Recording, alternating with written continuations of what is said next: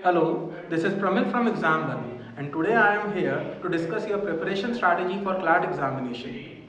We will be discussing the preparation strategy for CLAT 2025. CLAT 2025 आपका इस साल के एंड में दिसंबर 2024 में होने वाला है।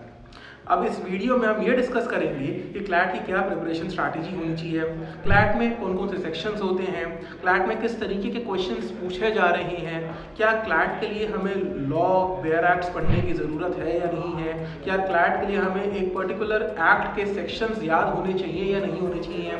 फॉर एग्जांपल आप पढ़ते हो जैसे सेक्शन 299 हो गया आईपीसी का, सेक्शन 300 हो गया आईपीसी का, सेक्शन 299 का culpable homicide not amounting to murder, section 300 culpable homicide amounting to murder. क्या ये सब हमें नॉलेज होनी चाहिए या फिर क्लैट हमसे कुछ और एक्सपेक्ट कर रहा है। एक्चुअली जब भी आप किसी एग्जाम के लिए तैयारी करते हो ना, एज एन एस्पिरेंट आप किसी भी नेशनल लेवल एग्जाम के लिए प्रिपेयर करते हो, तो सबसे इंपॉर्टेंट चीज़ ये है कि आपको पता होना चाहिए कि जिस एग्जाम के लिए आप प्रिपेयर कर रहे हो वो एग्जाम एक्चुअल में आपसे चाहता क्या है। क्या वो आपसे फैक्ट्स चाहता है या वो कहीं ना कहीं आपकी एक लॉजिकल रीजनिंग डेवलप करना चाहता है, एक analytical bent of mind develop करना चाहता है।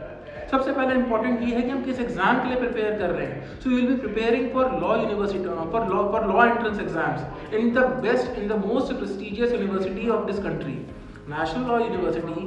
दे are one of the best law universities in this country, correct. अगर आप एक लीगल करियर चाहते हैं तो कहीं ना कहीं दो चीज़ें सबसे ज़्यादा इंपॉर्टेंट होती है। The first is a logical bent of mind and analytical bent of mind and ability to think beyond what is seen and ability to think beyond what is written, correct. और दूसरी चीज़ जो सबसे ज़्यादा important होती है वो होती है रीडिंग हैबिट। आप कहेंगे सर रीडिंग हैबिट का एक लीगल करियर से क्या इंपॉर्टेंस है। लीगल अगर आप रीडिंग हैबिट का पूछोगे and if you get a chance to meet any advocate who's having a very good practice in high court or supreme court, वो आपको सबसे पहली ये एडवाइस देंगे कि लॉ में रीडिंग ज़्यादा से ज़्यादा होनी चाहिए। कभी आप हाई कोर्ट के जजमेंट्स देखिए, सुप्रीम कोर्ट के जजमेंट्स देखिए, the more you read high court judgments, the more you read supreme court judgments, उतनी ज़्यादा आपकी नॉलेज होगी। और अगर आप क्लैट के अगर आप प्रीवियस ईयर पेपर्स उठा के देखेंगे तो कहीं ना कहीं आपको पता चलेगा कि क्लैट के पेपर में there is a lot of reading that you have to do, बहुत ज़्यादा रीडिंग होती है। इसलिए सबसे इंपॉर्टेंट चीज़ क्या हो गई, आपको रीडिंग हैबिट डेवलप करनी पड़ेगी। अब आपके मन में एज एन एस्पिरेंट एक क्वेश्चन आएगा कि सर मैं रीडिंग हैबिट डेवलप कैसे करूं। अभी तक मेरे में इतनी रीडिंग हैबिट नहीं थी, मैं नॉवेल्स पढ़ता था, नॉवेल्स फिक्शन नॉवेल्स पढ़ता था, या फिर अगर मैंने कभी कभार नॉन फिक्शन बुक्स पढ़ी भी है तो वो इतनी ज़्यादा नहीं पढ़ी है, सेल्फ हेल्प बुक्स पढ़ी भी है तो इतनी ज़्यादा नहीं पढ़ी। So how can I go ahead and how can I develop reading habits for this exam.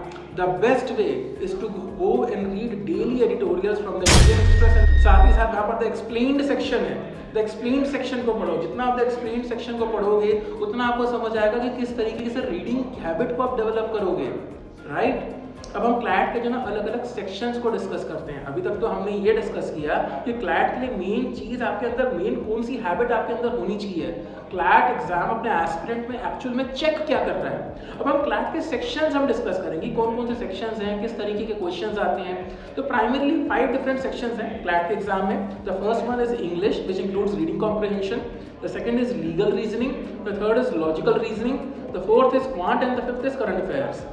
Okay, जो करंट अफेयर्स हैं वो करंट अफेयर्स कहीं ना कहीं लास्ट 1 ईयर के ही करंट अफेयर्स होते हैं, जो पिछले एक साल में अगर कोई इवेंट हुआ है जो नेशनल इंपॉर्टेंस का है, ग्लोबल इंपॉर्टेंस का है, जिसकी जियोपॉलिटिकल इंपॉर्टेंस है, तो वो इवेंट बहुत इंपॉर्टेंट हो जाता है। साथ ही साथ अगर आप लीगल रीजनिंग पढ़ो, अगर आप लीगल रीजनिंग देखो या फिर इंग्लिश कॉम्प्रिहेंशन करो, आप जब भी पिछले पेपर्स उठाएंगे कहीं ना कहीं what you will notice is that in the exam वो कहीं ना कहीं प्रिंसिपल ऑफ लॉ शेयर करेंगे लीगल रीजनिंग में। They will be sharing you a legal principal और उस लीगल प्रिंसिपल के बेसिस पे ही क्वेश्चंस पूछे जाएंगे। So what will happen is that they will share a legal principle, एक रियल लाइफ सिचुएशन देंगे और उस रियल लाइफ सिचुएशन में आपको उस लीगल प्रिंसिपल को अप्लाई करना होगा, राइट। अगर आप कॉम्प्रिहेंशन देखो तो जैसा मैंने आपको स्टार्टिंग में बताया, आपको रीडिंग हैबिट डेवलप करनी पड़ेगी। जितनी ज़्यादा आपकी रीडिंग हैबिट होगी, जितनी अच्छी आपकी रीडिंग हैबिट होगी, उतनी जल्दी आप उन क्वेश्चंस को आंसर कर सकते हैं। Are you getting my point. उसके बाद अगर हम क्वांट को देखें, अगर हम क्वांटिटेटिव को देखें तो क्वांट के क्वेश्चंस इतने मुश्किल नहीं होते। 10th लेवल तक के क्वेश्चंस होते हैं। अगर आप लॉजिकल रीजनिंग की बात कर रहे हो, क्वेश्चंस इतने मुश्किल नहीं होते। See you need to understand that you are not preparing for the exam of IIT JEE। IIT JEE की जो मैथ्स होती है उसका एक अलग लेवल है। यहाँ पर आप IIT की तैयारी नहीं करने आए हो, यहाँ पर आप क्लैट की तैयारी करने आए हो। यहाँ पर आपको फिजिक्स वाला लॉजिकल एप्टीट्यूड नहीं चाहिए, यहाँ पर आपको लीगल एप्टीट्यूड चाहिए। तो कैसे कैसे अलग अलग लीगल प्रिंसिपल्स को हम रियल लाइफ सिचुएशंस में अप्लाई कर सकते हैं, कैसे हम उन सिचुएशन से आंसर्स कर सकते हैं, वो सब पूछा जाएगा यहाँ पर आपको। फाइनली मैं आपको एक चीज़ और शेयर करना चाहूँगा। हम एग्ज़ाम 1 में एज अ फैकल्टी मैं खुद आपकी हेल्प करना चाहता हूँ in your preparation for CLAT. So will be having various live sessions, will be having various recorded sessions, recorded videos for you covering every section starting from English to logical reasoning, legal reasoning, quant, everything. Will cover almost everything for you. लेकिन मुझे आपसे एक चीज़ चाहिए। देखिए, कहीं ना कहीं you are preparing and aiming for CLAT 2025। आपको पता है कि जो आपका एग्जाम होना है वो दिसंबर में होना है, दिसंबर 2024 में। आज मार्च का महीना शुरू हो चुका है। सो अगर हम नटशेल में मैं बात करूँ, we only have 9 months left for this examination. अब आप में से काफ़ी बच्चे ये चीज़ पूछेंगे कि क्या सर 9 महीने में क्लैट की प्रिपरेशन पूरी हो सकती है? My answer will be it is difficult but yes it is possible. So it solely depends upon you, क्योंकि कहीं ना कहीं ऐसे भी काफ़ी बच्चे हैं जो पिछले 1 साल से ऑलरेडी तैयारी कर रहे हैं, जिन्होंने 10th के बाद ही क्लैट की प्रिपरेशन स्टार्ट कर दी थी। उन्होंने वेट नहीं किया था। 10th के बाद they were very focused and they knew that they had to prepare for CLAT. आपका कंपटीशन उन बच्चों से हो रहा है, राइट? तो yes it is going to be difficult, it is a national level competitive exam. ऐसे बच्चे हैं जो 10th के बाद इसकी प्रिपरेशन में लगे हुए हैं। लेकिन क्या ये एग्जाम की तैयारी हम 9 महीने में कर सकते हैं? क्या इस एग्जाम की तैयारी हम 9 महीने में उस लेवल की कर सकते हैं कि हम क्लैट का एग्जाम निकाल लें? The answer is yes. The only thing that I as a faculty need from you is your commitment, is your dedication and is your sincerity. So if you are committed, if you are dedicated, if you are actually very hardworking, I can assure you that you will be able to crack this exam in December, in this upcoming December. बाकी हमारे आने वाले time में आप अलग अलग videos देखोगे जिसमें हम लीगल रीजनिंग के अलग अलग क्वेश्चंस डिस्कस करेंगे, हम लास्ट ईयर के पेपर्स पे डिस्कस करेंगे, हम लॉजिकल रीजनिंग अलग अलग सेक्शंस के क्वेश्चंस डिस्कस करेंगे, ताकि आपको क्लैरिटी हो कि क्लैट एग्जैक्टली आपसे पूछना क्या चाहता है। एक इंपॉर्टेंट चीज़, क्लैट का जो एग्जाम का पैटर्न है वो 2020 में चेंज हुआ था, और अगर आप 2020 से अब तक कैलकुलेट करो तो केवल आपके पास 5 प्रीवियस ईयर पेपर्स हैं। So what I will advise you कि आप एक बार पीछे जाएं, उन 5 पेपर्स को आप एक बार डाउनलोड कीजिए, वो आपको इजीली गूगल से मिल जाएंगे।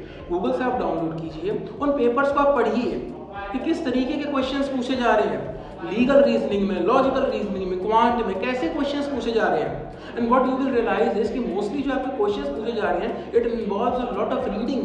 You have to read a lot, और वन टाइम रीडिंग में ही आपको एक उस पैराग्राफ की बहुत ही अच्छी इन डेप्थ अंडरस्टैंडिंग होनी चाहिए, क्योंकि अगर आप दोबारा उस पैरा को पढ़ोगे कहीं ना कहीं you will and up spending a lot of time, और लिमिटेड टाइम है इस क्वेश्चन में। सो इन दी एंड आई वुड से कि मुझे केवल और केवल आपकी सिंसेरिटी चाहिए, आपका हार्डवर्क चाहिए, and I am here to help you in your preparation for CLAT. Thank you.